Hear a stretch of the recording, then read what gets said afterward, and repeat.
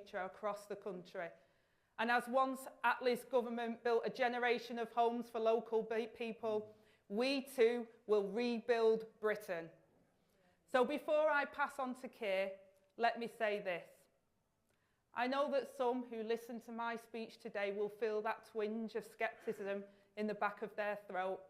And in part, that's because we have a Prime Minister who's political equivalent of that friend from back home who says he'll get the first round in if you pay for the taxi, and yet when you get to the bar, he's nowhere to be seen. But that scepticism can pass and be replaced by everyday sort of hope for the future, a hope that once powered places like Dudley. So you have my word today that we won't make promises that we can't keep. You can believe that we're serious about fundamentally shifting the way Britain is governed. We seek power so we can hand it back to the people. That is the Labour way. It belongs to them, not us. Because more of the same just isn't good enough. Three-word slogans, empty promises, broken as quickly as they were made, leaping from crisis to crisis, driven by vested interests, cronies, oligarchs, lobbyists who have had more say over the shape of the last decade than working families have. Never again.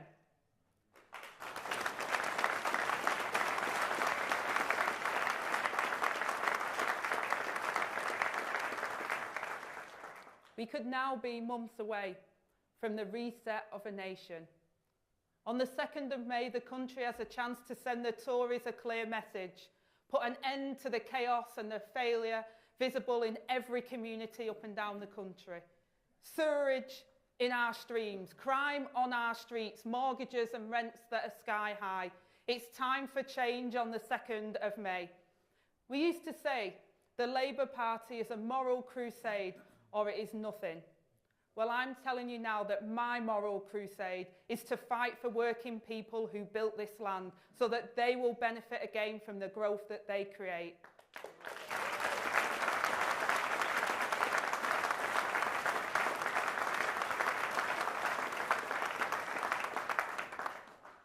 And I'm delighted and proud to be joined in this crusade by our leader and the man who does always get his round in. I give you our leader, future Prime Minister, Keir Starmer.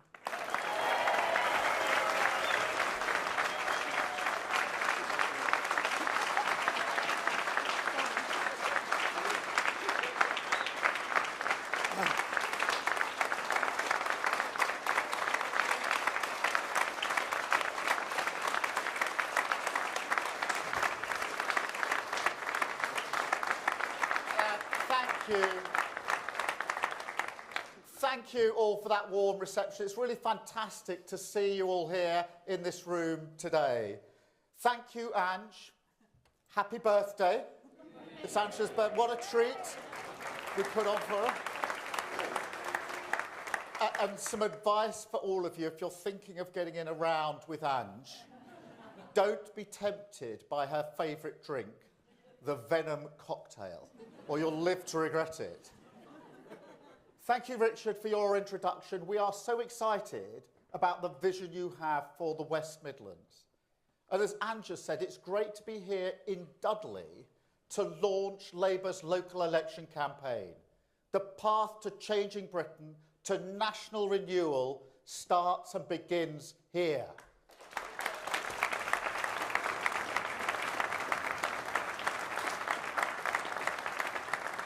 And you can take it from me, we're not playing for a draw.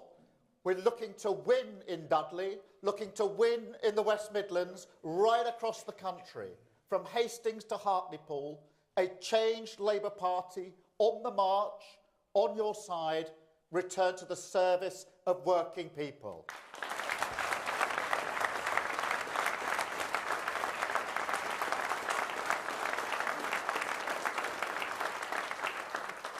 But look, I do have to be honest. I was hoping we'd be launching a different election campaign here today. But the Prime Minister bottled it. He wants one last drawn-out summer tour with his beloved helicopter. So we need to send him another message. Show his party once again that their time is up. The dithering must stop. The date must be set. Britain wants change, and it's time for change with Labour.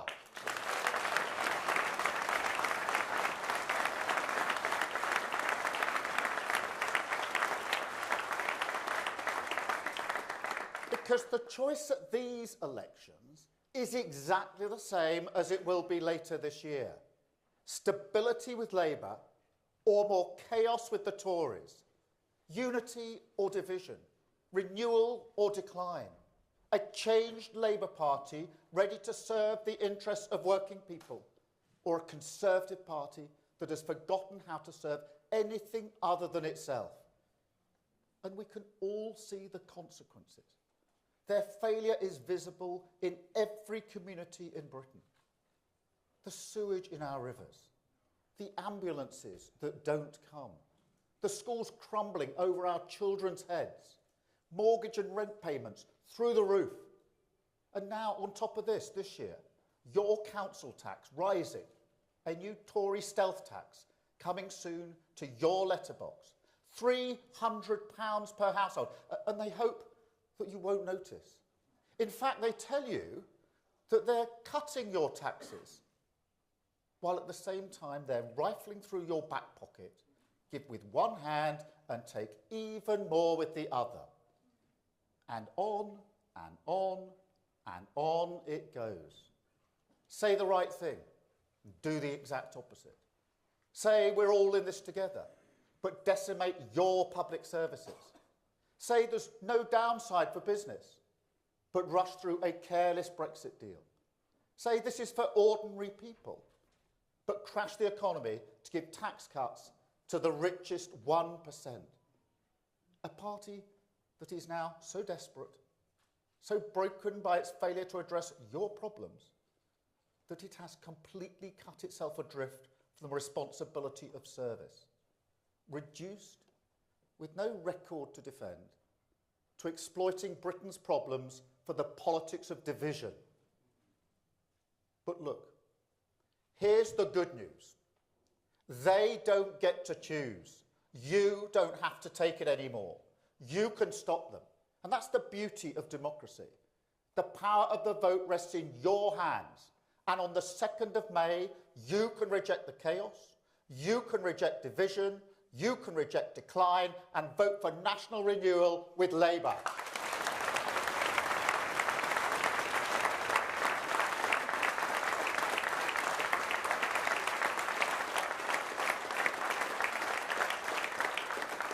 Because make no mistake, Labour has a plan to get Britain's future back, a plan to drag politics in this country back to service, tilt our economy back towards the interests of working people, get us building again, working again, growing again, by unlocking the pride and potential of communities like Dudley. And that's what we'll be campaigning on during these elections. And look, I know some of you may have heard this kind of thing before. In fact, as Anne said, this is the reason we came to Dudley to launch this campaign. Because, of course, it was right here that the former Prime Minister, well, actually the former Prime Minister, if I'm going to be accurate, gave his big levelling up speech, a project he said would turn the tide on regional inequality in this country and give a fair share to towns like Dudley. And you know, people say to me, the worst thing you can do in politics is to prey on people's fear. Yet in some ways, preying on their hopes is just as bad.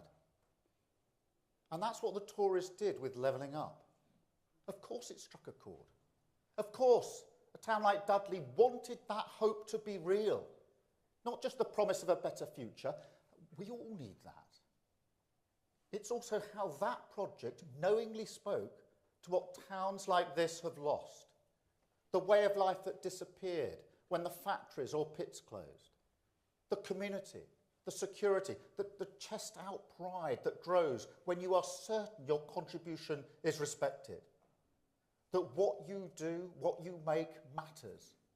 And not just for your family, but for your community, your country, and even beyond our shores. A pride that looked out to the world and said, this is our place. This is who we are. Now, it was steel here, but the same is true of shipbuilding in towns like Hartlepool, car manufacturing across the region, mining everywhere from the chalk and clay of Essex to the coal seams of the Midlands and the North. I mean, look at the names of our football clubs. Stoke City, the Potters, Stourbridge just down the road, the Glass Boys, Angie Stockport, the Hatters. Now, that pride is still there. Of course it is. And why not? I think Stockport gunning for promotion. But over the years, it's a pride that's become a little less sure of the ground beneath its feet, in need of a stronger foundation, a government willing to see communities like this not as a charity case or a political client, but as a source of growth and dynamism ready to be unlocked. A partnership where politics offers you service rather than turning its back once it's counted your vote. Now, we understand that in the Labour Party. Trust me. What towns like this have been through over the decades. It's our history, our communities, and in many cases, the story which has shaped our families. My dad was a toolmaker. He worked in a factory. He always felt, particularly in the 80s, that he was looked down upon, disrespected. But equally, my sister is a care worker now. So I will never accept that it's only the work of the past which deserves our pride and respect. And that was the great lesson of the pandemic. It showed exactly who made up the backbone of Britain. The carers, the couriers, the driving, the teaching assistants, the warehouse workers, the supermarket staff, the nurses and the paramedics. The working people of this country, my Labour Party, stands with you.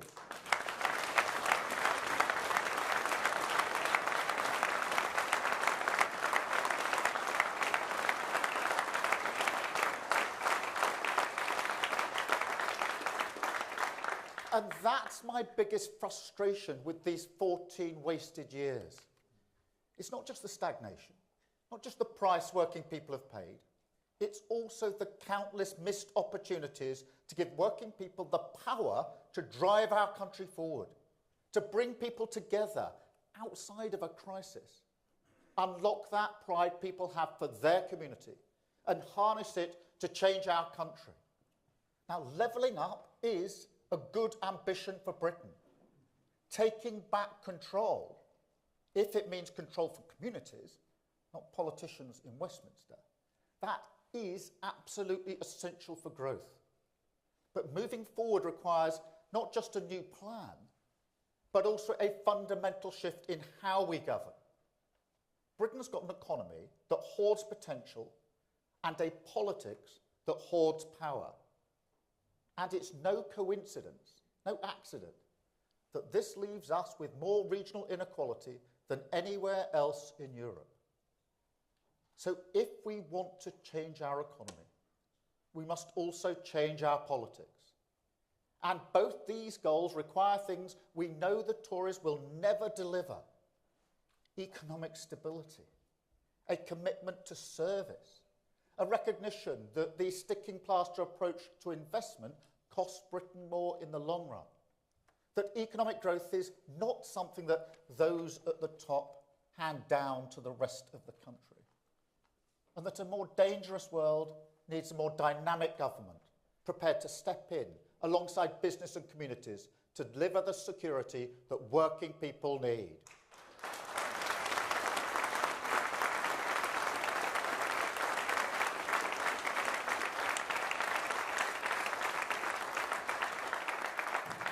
But perhaps most of all, it needs an end to politics that is done to communities, not with them. No more political hero complexes, no more fantasies, No more easy answers that require nobody, politicians or anybody else, to lift a finger. Change comes from us all. I mean that. The Tory era of politics as performance art is coming to an end. But to get Britain out of this hole, we all need to roll up our sleeves. National renewal is a partnership. And I'm not here to tell you everything will be easy. That's what happened 4 years ago. Labour will give you a plan. We'll give you new ploughs to make a difference in your community. But look around your country. We need you. After everything you've been through in the past 14 years, I know this is a hard request to make. I know how little faith there is in politics to make a difference. But in your heart of hearts, I expect you know that this is what Britain needs right now. And coming together after all the chaos and division behind a credible long-term plan, a plan to back your potential, match your ambition, unlock your pride, so together we get Britain's future back.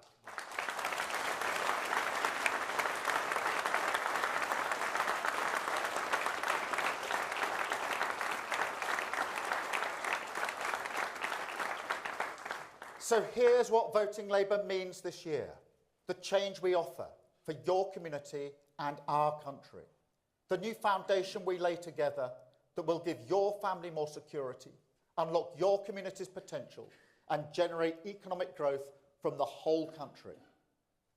It's a plan that starts, as it must, with economic stability. I mean, just look at the Tories now. Once again, in desperation, committing to the madness of unfunded tax cuts. £46 billion to abolish national insurance, with no way of funding it other than risky borrowing or cutting your pension and our NHS. They're the only choices, whether they admit it or not. It's like they think Liz Truss never happened. And maybe for their bills, for their mortgage, for their cost of living, it didn't. But out here, beyond the walls of Westminster, working people have paid an enormous price. No, policies have to be paid for. Every pound is precious. And this Labour Party, with Rachel Reeves as Chancellor, will value every pound as if it's yours, because at the end of the day, it is.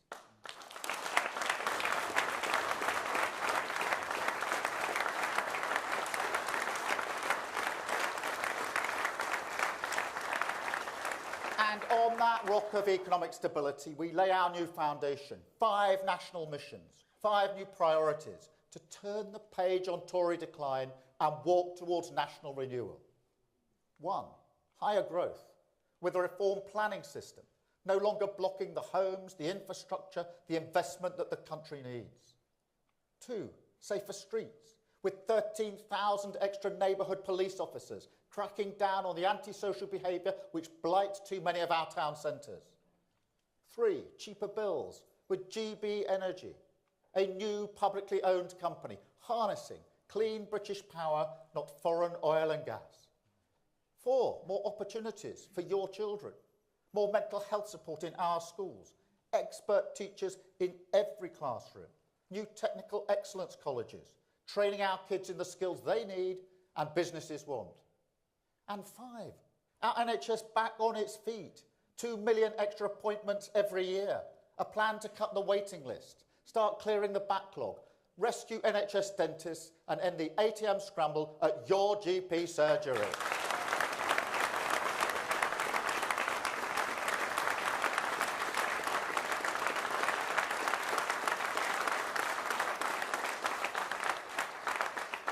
And written through every one of these priorities, a new purpose, the fundamental mission of this changed Labour Party, to tilt this country back towards the service of working people. A return not just to the traditional Labour deal, but also the shift we need in the way this country creates wealth. A Britain that serves the interests of working people as they drive this country forward.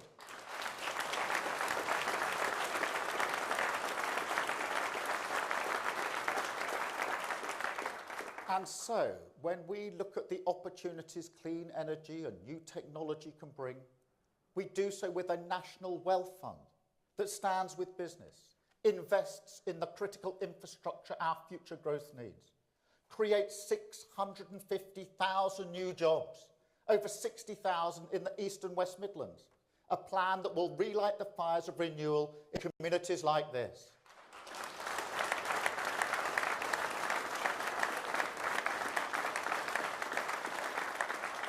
It used to be called industrial strategy, didn't it?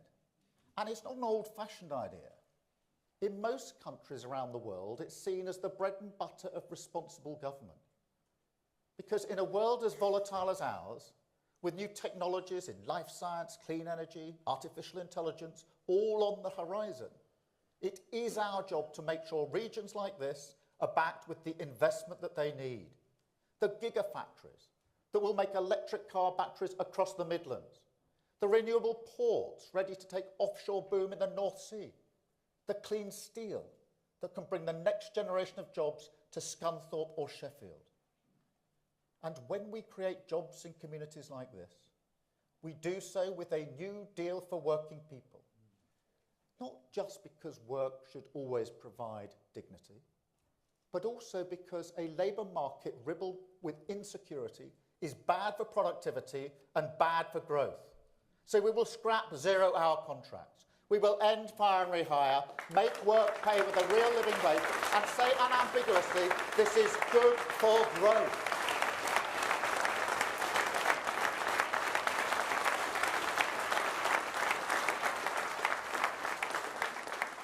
And on top of this new foundation, we will deploy the full power of government to deliver security for working people. But we will also give power away, put communities in control. A new Take Back Control Act with new powers for mayors over transport, skills, enterprise, energy planning, rejuvenating our high streets, and new powers to generate growth in every town and city. Local growth plans. That's the commitment we make today, a full fat approach to devolution.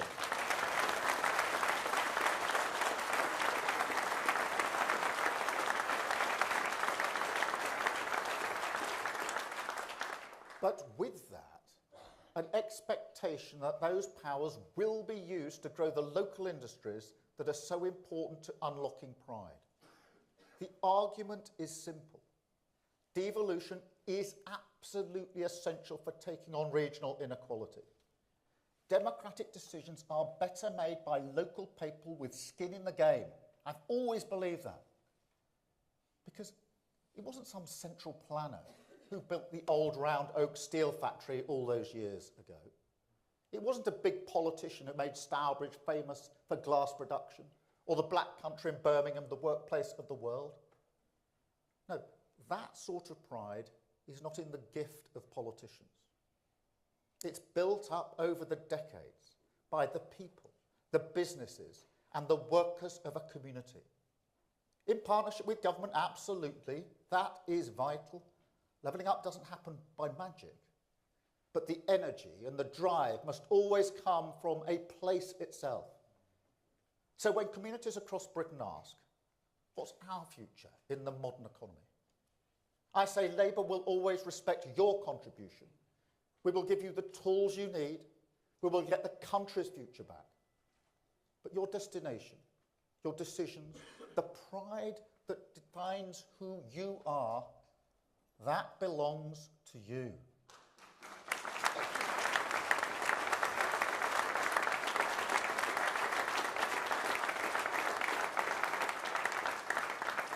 And there is a power in that, a power which I believe can change this country. Let me put it this way. At some point in your life, many people here will have heard a doubting voice inside saying, no, this isn't for you. You don't belong here. You can't do that. Working class people certainly hear that voice. Trust me.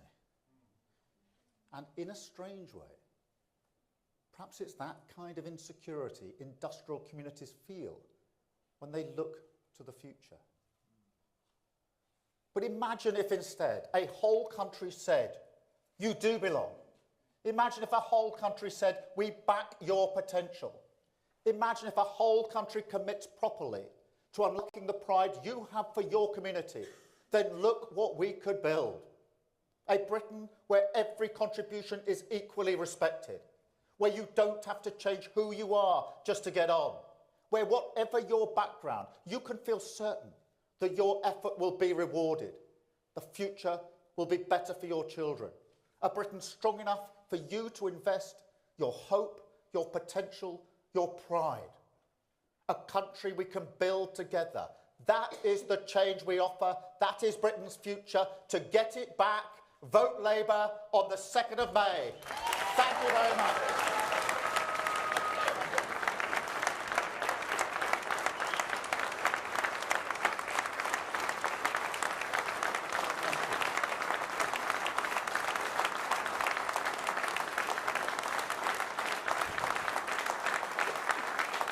Thank you very much. Thank you.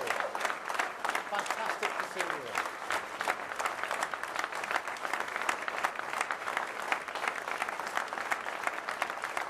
Thank you very much. Thank you. Thank you. Right.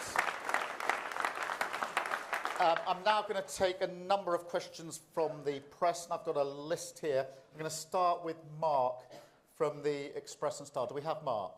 Mark, can I just say before you start, our condolences. Pete Madeley, one of your journalists, passed away. Last time I saw you, he was very ill. Please pass our condolences to his family and to all of your staff. It must be a very, very difficult time for everybody at the Express and Star. Will do, thank you very much. That's much appreciated. 35 years ago, this was a bustling, thriving town, 3 big department stores, you could buy anything. Since then, under both Labour and Conservative governments, it's been a best managed decline. It's suffered more than most towns have in this country. At the moment, the government has proposed levelling up plans for an Eton College building and for the university. An Eton College at a sixth form to give children from deprived backgrounds a chance to get Eton education, and demolish the Hippodrome Theatre to build a university campus.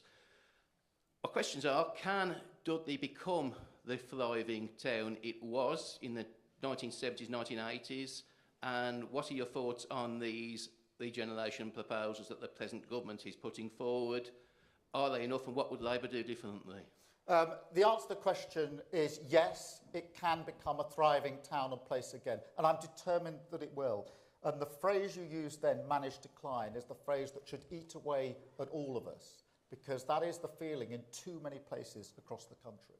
But for that to happen, we need a viable plan, and we need to do the hard yards. And as Angela said, levelling up is not a slogan. It's got to be a viable plan and the hard yards of a plan that will actually work across the country. The number one mission of an incoming Labour government will be to grow the economy. But not just to grow the economy, which is vital, but to grow it in every place across the country. Not to have it grown in some parts of the country and redistribution to be the one-word answer for other places. So we will work to rebuild Dudley and all the other places and cities across the country with the hard yards and the viable plan that we put forward this morning. Thank you, Mark, very much. I've got Lewis from ITV Central. Hello, Lewis. Lewis. So, first of all, I mean, some voters across towns like Dudley, right across the Midlands, are still really unsure about whether Labour really does have their best interests at heart. There's still a bit of convincing to do there, I think.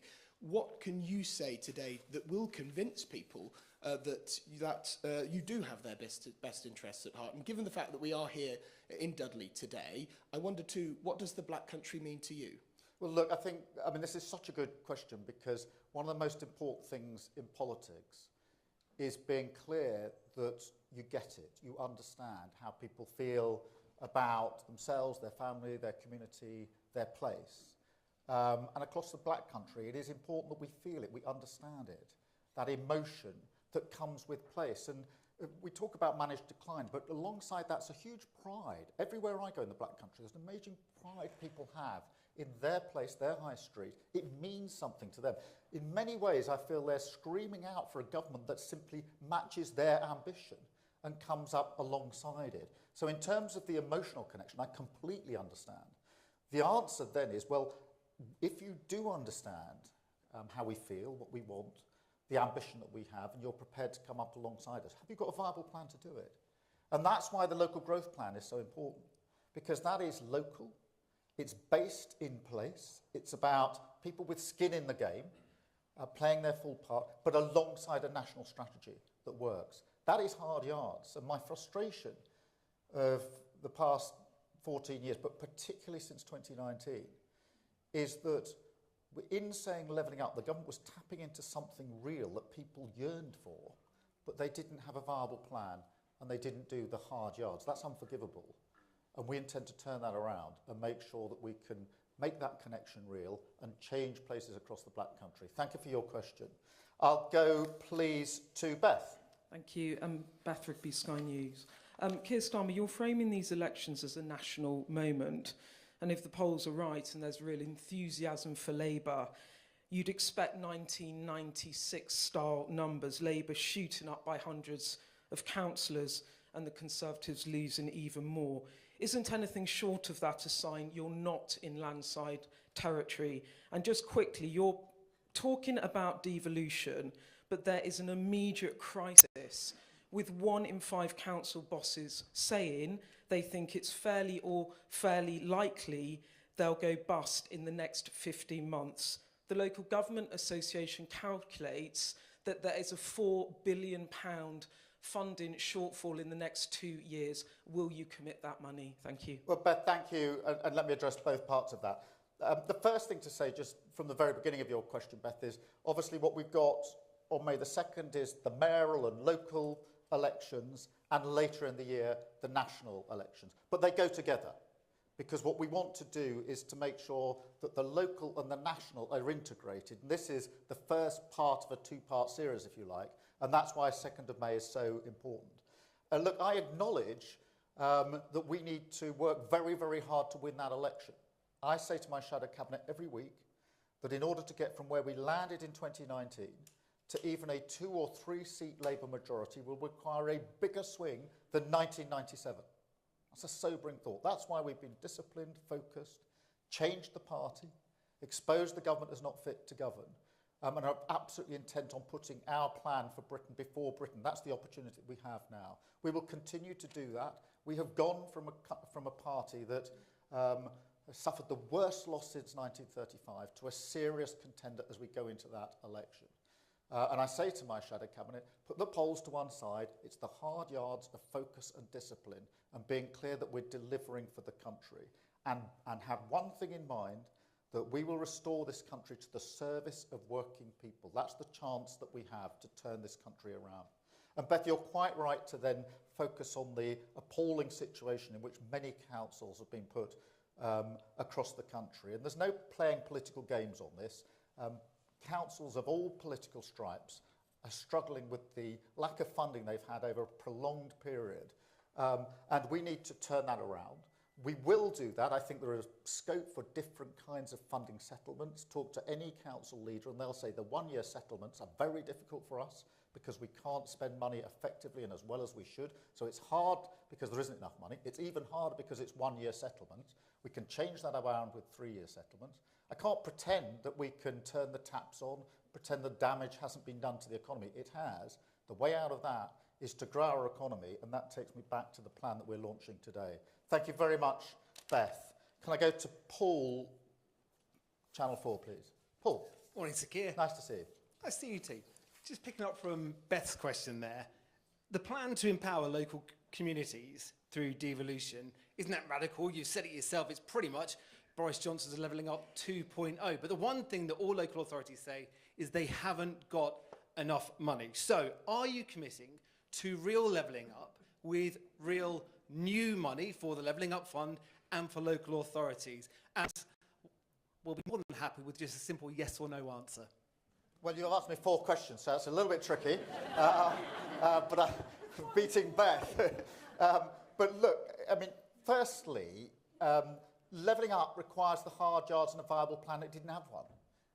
And that's why 4 years on, I think if you go around the country, and I know you do, asking people, do they feel they've been levelled up, do they feel that they're better off now than they were, the answer will be a resounding no, because you can't come up with a slogan and pretend that's going to change the state of places. It's much harder work than that, and that's what the politics of service is all about. On the mayoral aspect of this and the devolution, yes, some of that devolution has happened through existing mayors. There's other mayors that are up for grabs at these elections. But there is then the question of how a government works with the mayors. At the moment, what you've got, and you see this across the country, is national government working against or in conflict with mayors, not with them. That's a mindset change that we have to break down. I want the partnership of, as it were, city or place with country coming up alongside each other. On the question of the money, one of the shocking statistics is this, that only 10% of the levelling up money has actually been distributed. Let that sink in. This great promise, and 10% has been distributed because there wasn't a plan to get the other 90% out there. So we can change that straight away. That is unlocking a huge amount of money by being clear about the plan, the structures that we're going to put in place. So that does release a huge amount of money in. And yes, of course, I want to invest more in our public services, in our public places, and our local authorities. We're going to have to work hard to do that. I can't pretend we can do that on day one. What I can say is we'll roll our sleeves up, we will grow the local economy, we will make sure that private investment comes in. There's no end of investors that say to me, I would come in if I could see a viable plan that I could get behind, but at the moment I don't. And so it's not as simple as sort of a 2-word slogan. It's much harder yards than that, and that's what we're absolutely committing to today. Thank you, Paul. I've got Amy from ITV. Amy. It's my TV News. Morning. I've got a couple of questions, if that's all right. I'll start off with... Well, it's supposed to be Not one 4. each. Beth didn't do it. Well, she did 1.5. She merged it. I'll separate them if that's all right. Angela Rayner, your deputy, is here today. Happy birthday. Greater You're not Manchester. going to spoil her day, are you? I might be. Greater Manchester Police said last night that they're considering or reconsidering investigating her. Does she have your support, and are you concerned that this is going to overshadow what you're trying to achieve? Angela has my full support and my full confidence today and every day as we work together to take the Labour Party back into government so we can serve the interests of working people. And she's vital for that.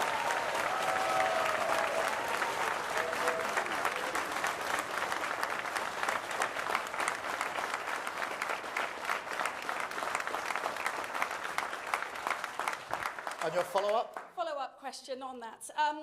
Obviously, when it comes to devolution, there's been a lot of talk about this today.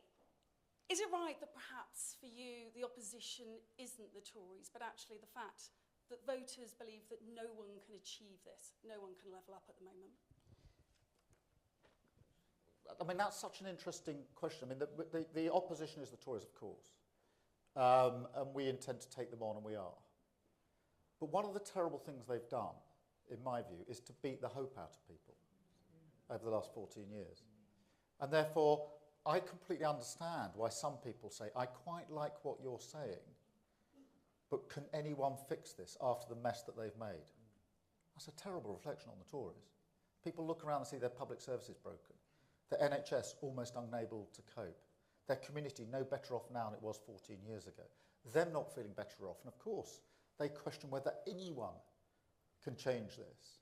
And so our task going into the election is obviously to put our plans, local growth plans forward for levelling up and making sure that we can change, the real material position on the ground. But we've also got to give people hope that politics can change, that we can return to a place where promises matter, where values and standards in public life matter, where you don't see your politicians simply looking to enrich themselves, to get more advantage for themselves, resigning because they didn't get put in the House of Lords. What message does that send? And that's why I say as often as I do, it's a really good question you've asked, and a really serious one, that we must return politics to the service of working people. I've been serving all my life. I believe in service. I fundamentally believe in it. And I want politics to return to service so that when people elect in a Labour government, they know that's a government that's going to serve me. And that way, I think we can turn around that underlying feeling, which I completely understand people have after 14 years, that perhaps nothing can be done. It can, we will, but we need to restore that sense of service. Thank you very much, Amy.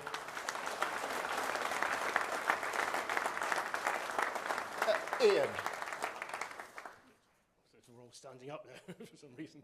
Okay. Not for me, you don't know. Let me just follow on a little bit from that question, because we've been speaking to people in Dudley, and we've been struck by the fact that some of them really don't think that you can make a substantial change. It's a disillusionment more with politics than any one particular political party. But obviously there are things you can do to restore confidence. So I'm going to ask you a very specific question. You talked about the decimation of public services. You talked about hope. The councils that fear they're going to go bankrupt in the next year will need more than hope. They'll need hard cash. Can you guarantee that a Labour government in its first year will give them more resources than the Conservatives are giving them now? Well, insofar as we can unlock the money that has not been unlocked, the 90%, insofar as we can change the funding formula so that it's 3 years, not 1 year, then yes, we can do more for our local authorities, our local councillors, our public services. And believe you me, I believe in public services. I ran a public service for 5 years, so this is something core about who I am and what I believe in.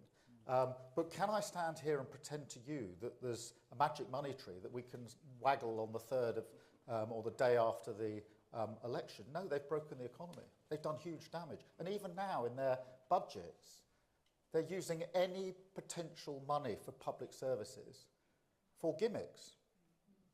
This is a very different Tory party.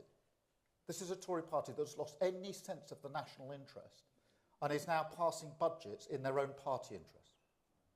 That happened at the last budget. If they get the chance, they'll do it again. The only purpose of that is to salt the ground for an incoming Labour government. It's very important people understand that. So we'll pick it up. We'll support our public services and our local authorities. And we will make sure they're in a better position after a Labour government than they were when we picked it up. But what's happened now is unforgivable, which is to leave your country after 14 years of government in a worse place than you found it is unforgivable, whichever political party you're in. But that's the state we're in. Thank you very much, Ian. I've got...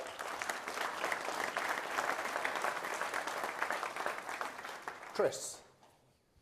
Christopher Hope, GB News. So Keir Starmer, you said you want no more political hero complexes, but in recent weeks, David Lammy, Rachel Reeves has praised Margaret Thatcher. Today, you've praised Boris Johnson's levelling up policy. You've got a Take Back Control Act. Obviously, Johnson is not your political hero, but why are you praising? But why are you praising Tories? Won't your critics just say you're a Tory in disguise? Well, look. When I was speaking about Margaret Thatcher, I was singling out leaders, prime ministers, who I believed had a sense of mission, a sense of driving purpose. Now, I don't agree with her mission or her driving purpose. In fact, she did very destructive things across the country, including in the black country. And people are still paying the price of that. But I do think it's important to distinguish between leaders who have a driving sense of purpose, what they're trying to achieve, a sense of the hard yards of 5 or 10 years in government and leaving something better afterwards, than those that drift. And what have you got at the moment? What is the driving philosophy of Rishi Sunak apart from survival? What does he? I mean, people ask me, what does Labour stand for? What does Rishi Sunak stand for? He's just treading water. He's waiting. He knows the country wants change. He knows they wanted on the May the 2nd to have a general election. But he's treading water, preserving himself, party interest. And I think this is linked to the point Amy was made. I think that's why a lot of people are losing faith in politics, and we have to turn that around, Chris. It's very, very important. As for Boris Johnson, look, hands up, I'm no fan. And I do, to tap into something like levelling up, which really, levelling up as an idea has been around a very long time. Regional inequality wasn't first discovered in 2019. It's been deep for many, many years. But in tapping into that and promising that that would all change with a slogan, and then not having a viable plan, and not doing the hard yards, I mean, that is why politics is broken. That is why people don't believe in their politicians. because he pretended it could happen. He didn't do the hard yards. And that's why I think everybody is pleased to see the back of him. Thank you, Chris. Nick from The Telegraph. Hi, thank you. So, Keir, I have a question on access to open justice, which I'm sure is an issue close to your heart. Because there's been a lot of controversy recently around the single justice procedure, where tens of thousands of people a month are being convicted in secret behind closed doors, often in their absence. At the same time, newspapers had to take legal proceedings to get the details of the Abdul Azidi immigration appeal. So what will Labour do on open justice? Do you think that single justice procedure should be reformed, and should immigration system appeal decisions be routinely published? Well, I think there are two parts in that question, Nick, which require slightly different answers. As to journalistic access, I think that's really important. And I think we do need to ensure that there are mechanisms in place for journalistic access all of the time. Now, it's much harder, as you know, because back in the day, there were reporters in a lot of our courts all of the time. Now, the resource doesn't allow that, and/or it's more difficult to reach those cases. But our courts and our justice should be open, accountable, and that means that the eyes and ears of journalists should be able to get in there. And that's a very important fundamental principle as far as I'm concerned. On the broader question of open justice, we need to get the balance right. There are, thousands upon thousands of cases that are dealt with in our magistrates' court, but not necessarily in an open and full court hearing, and it would impose a huge burden on the court system if you change that around, where people are pleading guilty by post or whatever it may be. And you wouldn't want to turn that around and say there must be an in-person hearing for every single one of those cases. That doesn't mean journalists shouldn't have access to it, or it shouldn't be open in the sense that people can find out what's going on. But we do need to get the balance right. But the first point you make is a very important one about journalistic access, which I fundamentally support and always have done. Thank you, Nick. I've got Jessica from The Guardian. Jessica. Hi. Yeah, thank you.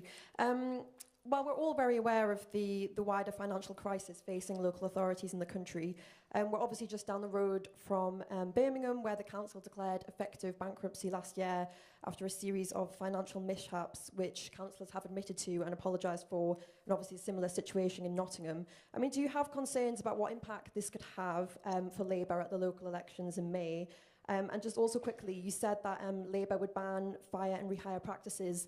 Could you just clarify whether that would also apply to Labour councils such as Coventry, where councillors are reportedly pushing ahead with plans to fire and rehire bin workers there?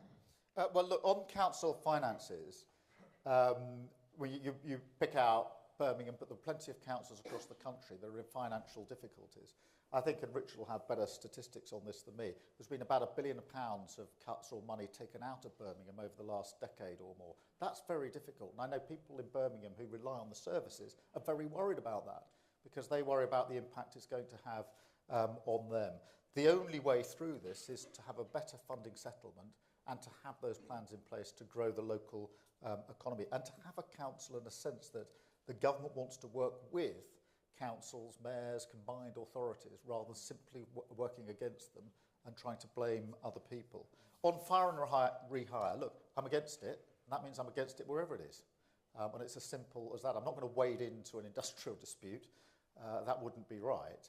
But I'm against fire and rehire. I'm against it wherever it is and whoever is practicing it. Thank you very much, Jessica.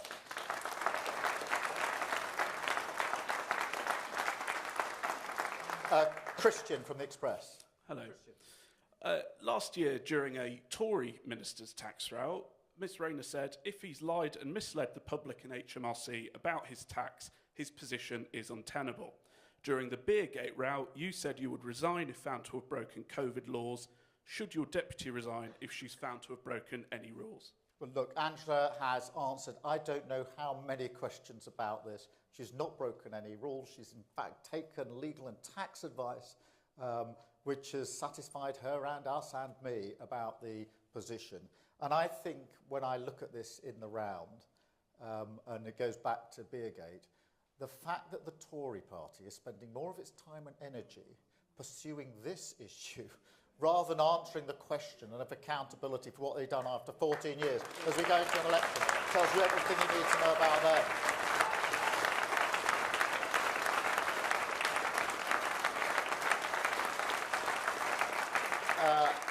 I've got Jack from The Sun. Jack. Thank you, Sir Keir. Can I just follow on from that? You just said that the advice given to Ms Rayner has satisfied herself and you. Last week you said you hadn't seen that advice. Have you now seen it? Should she now publish it in the aims of maximum transparency? And if not, are you holding Tory MPs to a lower standard which you and her are holding each other? Well, look, Angela's been very clear. I think she's been doing media this morning, which she's made it very clear that if anybody wants more information from her, any of the authorities, she's more than happy to provide it. But should she publish legal tax advice? No, she shouldn't. And where does this end? Are you, Jack, going to be calling for Tory ministers to publish all their legal and tax advice going back over the last 15 years? That's where this ends.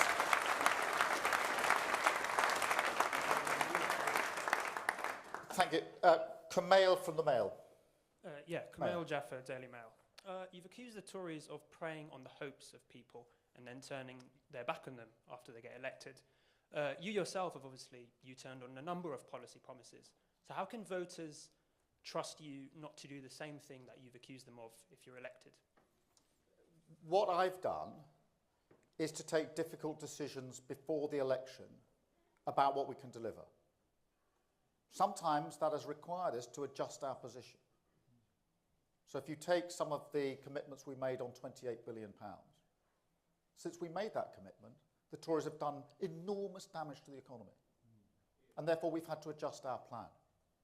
I would rather level with the British public before the election and tell them straight what we can do and what we can't do, and then deliver on what we say we can do, rather than do what Boris Johnson did at the last election, which is to pretend he could deliver everything and then deliver nothing. Because that leads you back to Amy's question, which is why do people not have faith in their politics? So I've taken a tough decision to not do things which an incoming Labour government might have wanted to do more quickly. But I've done it by looking down the barrel of the camera and saying to the British public, I will not make promises that I cannot deliver. And I'll say that before the election so you know where you stand, rather than after the election when it will turn out to be a broken promise and lead more people to think that they can't have trust in politics. Thank you, Kumail.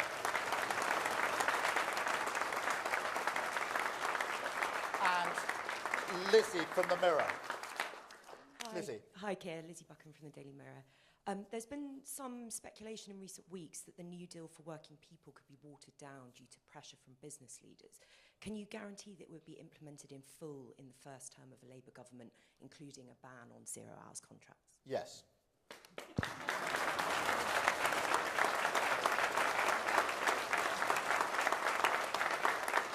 And let me tell you for why. Because I believe, deep down, that respect and dignity at work matters. This goes back to what I said about my dad. It really matters that people feel respected, that they feel that they have their dignity at work. But there's an additional reason, and that is every good employer knows that if you do treat people with respect and dignity at work, then that increases productivity. That increases the growth in your business and enterprise, and it's actually good for the economy. And that's why when I talk to employers, most good employers are doing all the things in our New Deal in any event. But yeah, we're absolutely committed to it, and we will be implementing it, and Angela's leading from the front on that. Happy birthday, Angela. Thank you all very much. Thank you.